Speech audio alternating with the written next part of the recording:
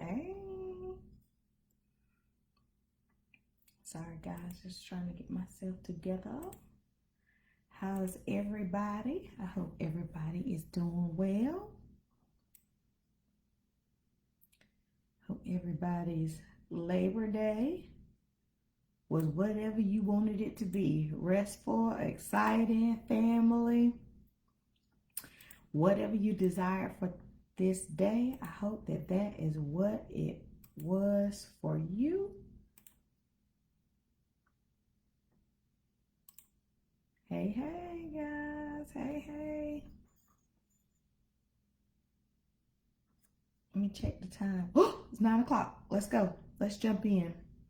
Hold on, y'all. Let me get my screens right. And Mama's there. Hey, Ed. Hey, Nicole. Kelly. All right.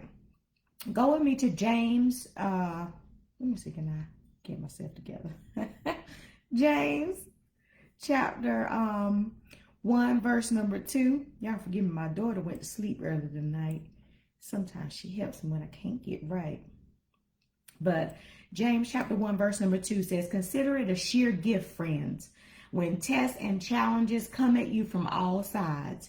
You know that under pressure, your faith life is forced out into the open and shows its true colors. So don't try to get out of anything prematurely. Let it do its work so you become mature and well developed, not deficient in any way. I want to talk about, just for 9 minutes tonight, get what you can out of it. And it said, consider it a sheer gift, friends, when tests and challenges come at you from all sides. You know that under pressure, your faith life is forced out into the open and shows its true colors. So it's hard to see, is it not, when we are going through? It's hard to see anything good coming out of stuff when we are going through something, when we're going through hardship or pain or rejection or lack or God's discipline, trials. Often the only thing that we can see there is just more of the same. It seems like it's just more of the same hardship. Is there anybody's testimony besides me? Like, Lord, I just can't even see what you need me to get out of this. But rather than begrudging these times and rather than running away from these times, trying to get out of them, as fast as we can, that's the natural response. We got to learn to figure out what we can get out of it. Let me just try to prove my point here tonight very quickly. Very few things only produce one thing. Very few things. Apples, for instance, produce seeds. They produce juice. They produce applesauce if you mash them. They produce more than one thing. Oysters produce their oyster meat, but they also produce pearls. Plants produce beauty and flowers, but they also produce CO2. So it's the same with our challenges. They don't just produce one thing, and that's how we've got to look at stuff. They might produce tears. Yep, they might. But they might also produce strength. Yeah. Anybody cried over anything that made you stronger? Yeah. They might produce humiliation, but they also produce some wisdom. You get me one time with that. Right? Yeah, one time with that, but not again. They might produce pain, but they also produce gratitude. Like, you know what? I'm hurting right now, but in the moments when I'm not hurting, when I'm healed, when I'm delivered, when things are better, it produces a spirit of gratitude that I did not have before. So they don't produce just one thing. So what we need to be saying is, what can I get out of this besides what it is heaping on very obviously? What else is there for me in this situation that's rough right now? This challenge is tough right now. What else is there for me besides the tears, besides the hurt? What more could God have for me here? That's a rough question. Yeah, because sometimes it doesn't look like God's going to move us. So we got to start asking ourselves, what can we get out of it? What more could God have for me here? Very rarely do things just produce that one that one single thing. The other thing is we got to start forcing ourselves, not just waiting for some big revelation, like a Damascus Road whole experience. We got to start forcing ourselves to search for what else there is.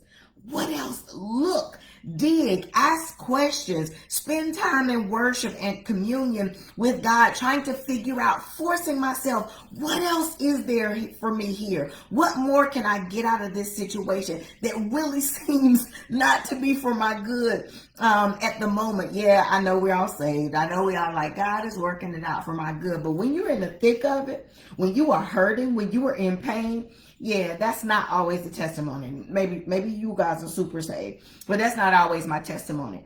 Aren't you tired? Because I'm tired. But aren't you tired of just feeling like you're prey to whatever is dished out?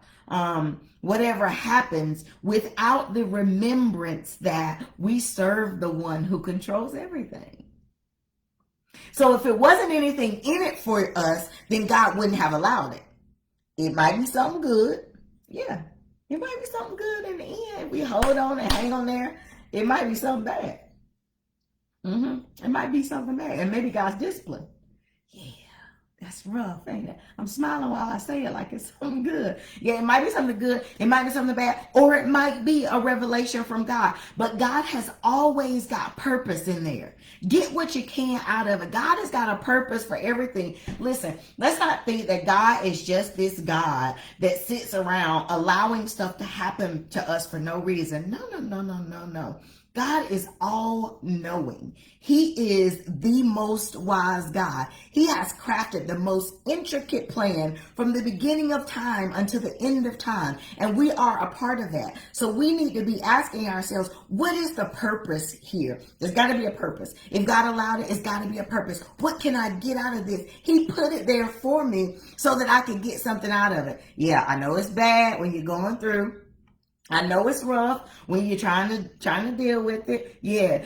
Somebody said, look deeper than the visual. What else is there for me? There's something here while I'm crying, while I'm hurting, while I'm embarrassed, while I'm by myself, while I'm struggling. There's something else. See, look at the situations in our lives, kind of like, developers, chemicals, photo developers. I'm not pretending like I know about photos, but I know what everybody else sees in the movies and in TV shows. And in those instances, you have to be immersed in something before the total picture can be revealed. And even after that immersion in something that is strong, that is hard, that is rough, it still takes time for the full picture to be revealed. And that's what we got to look at situations in our lives. Perhaps right now you are immersed in something. I am immersed in something that's rough, that seems a bit dangerous, quite harsh. If we were being honest, perhaps we are immersed in something, but it is only so that in the end, that total picture can be revealed. Listen.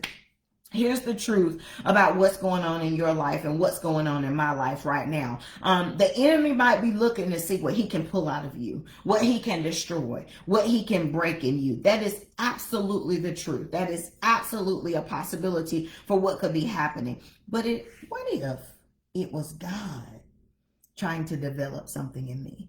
What if it was God trying to get something out of me? What if it was God trying to get something to me, to reveal something to me, to show something? The scripture said it is our faith forced out into the open. I'm reading in the Message version. It is, you know that under pressure, your faith is forced out into the open to show its true colors.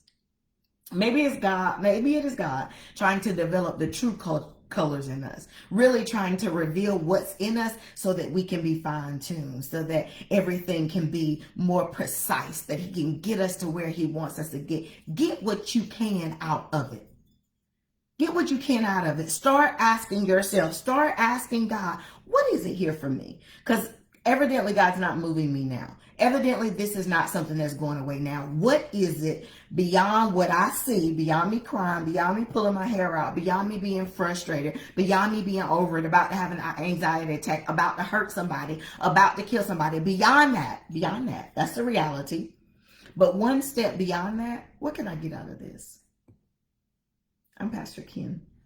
Monday 9 at 9 from Greater Joy Butner. I love y'all. I'll see you Not next week. I'll be on vacation. Vacation. I'll see y'all week after next. I love y'all.